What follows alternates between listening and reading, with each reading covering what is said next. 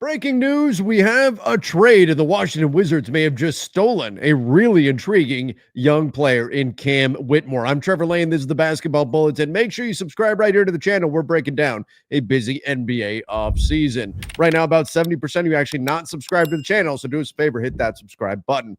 All right, take a look at this. Shams Charania just reporting that the Houston Rockets are trading Cam Whitmore to the Washington Wizards for 2 second-round picks, sources telling ESPN. The deal gives Whitmore a tremendous opportunity for an increased role as he turns 21 on Tuesday. Oh, my goodness. I mean, 21 years old, the Washington Wizards. Look, if you're the Wizards, this is exactly the kind of move that you should be making to go get a very talented young player that simply doesn't have a whole lot in terms of opportunity with the Houston Rockets right now. The Rockets have a fantastic team. We named them as one of the big winners of the offseason, but there's not a lot of room in their rotation for Cam Whitmore. They couldn't even get Reed Shepherd, who was the number 3 pick in last year's draft, on the floor much. I am expecting him to play a bigger role this coming season, but Cam Whitmore couldn't get opportunities. And so, as Shams notes, the Rockets worked with Whitmore and his reps in order to find him a new place here, in order to find him a new home. Whitmore's averaged 10.8 points over 2 years. Last season, scoring 0.46 points per touch, fourth best among players to record 1,000 touches. Always amazing.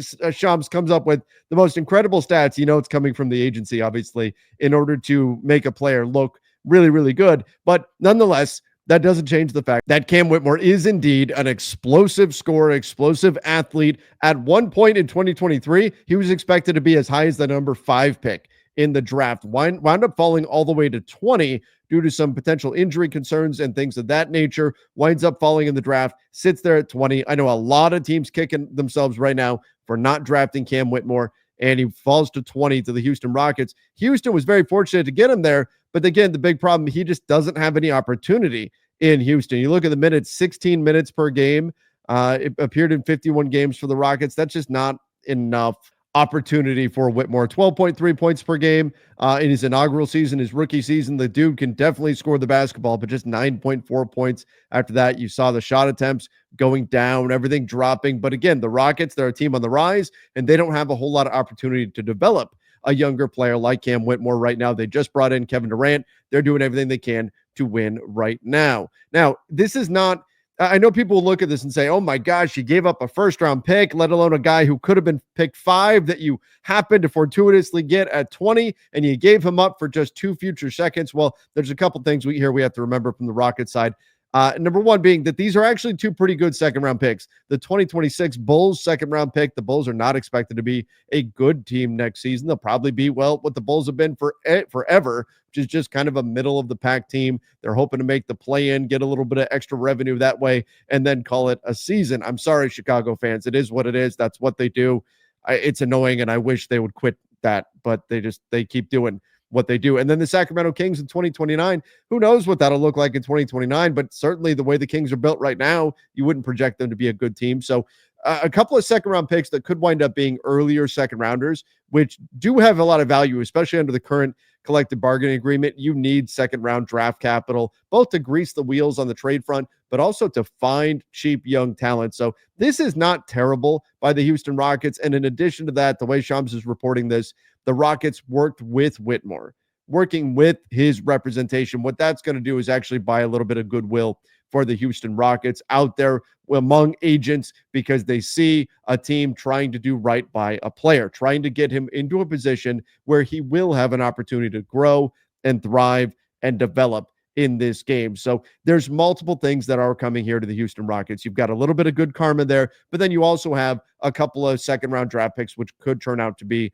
pretty decent second rounders. So it still hurts to lose a number 20 overall pick and a talent like Whitmore for just a couple of second rounders, but it may not be as bad as it sounds on the surface. Now, for the Wizards side of this is phenomenal. This is an incredible deal for the Washington Wizards to get this kind of a talent. That's all you're doing right now if you're Washington. You are in talent acquisition mode. You're not even that worried about the fit right now. Just talent acquisition. You've got some veterans on your team to establish culture, but you look at Cam Whitmore's salary, $3.5 million.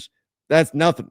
Nothing, right? For a guy of his talent, just turned 21 years old. And then he's got a team option next year at $5.4 million plus he's extension eligible. If you're Cam Whitmore, you are celebrating. This is a reason to celebrate and party if you're Cam Whitmore. Why? Because you're going to get a chance finally to show your stuff and get paid. That will make him a potential extension guy next summer because now he's going to have the opportunity to go get the minutes in Washington, put up the big numbers. That's going to get him his next contract. So this is so critical that this gets done now for Cam Whitmore. So when he hits that extension eligibility, he's actually got a body of work to point to and say, look, I put up 16 points a game or whatever, which is very much within the realm of possibility for him.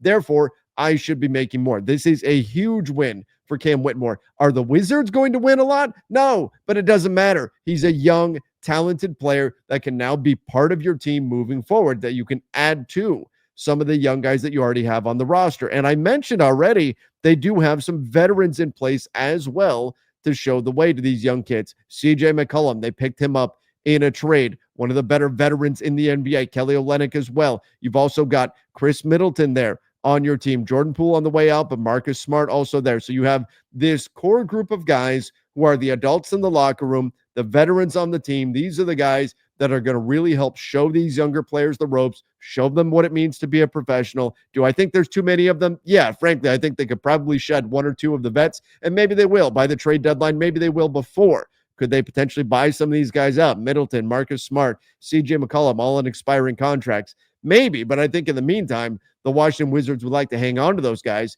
and see if they could get something for them of value before the trade deadline on the trade front and then go from there. In the meantime, they're going to use their veteran know-how to help teach these younger players they've got on the team. Guys like Alex Sarr, Bilal Coulibaly, Bub Carrington, AJ Johnson, Keyshawn George, and now they just added Trey Johnson in the draft this year as well. So you've got this interesting group of young players. Now you add Cam Whitmore to the mix. Right there, same age, Bilal Coulibaly, AJ Johnson, 21 years old. These are guys that are now going to form the backbone of the future of this Wizards organization. And then you've got the veterans in place for the time being in order to help them try to grow these guys right now and teach them what it means to be pros. So this Cam Whitmore deal, it's a home run. It's a home run for the Washington Wizards. Yes, these are potentially some valuable second-round picks, but when you've got the kind of second-round draft capital that the Wizards have acquired, this is what you gamble on. This is what you use it on, a potentially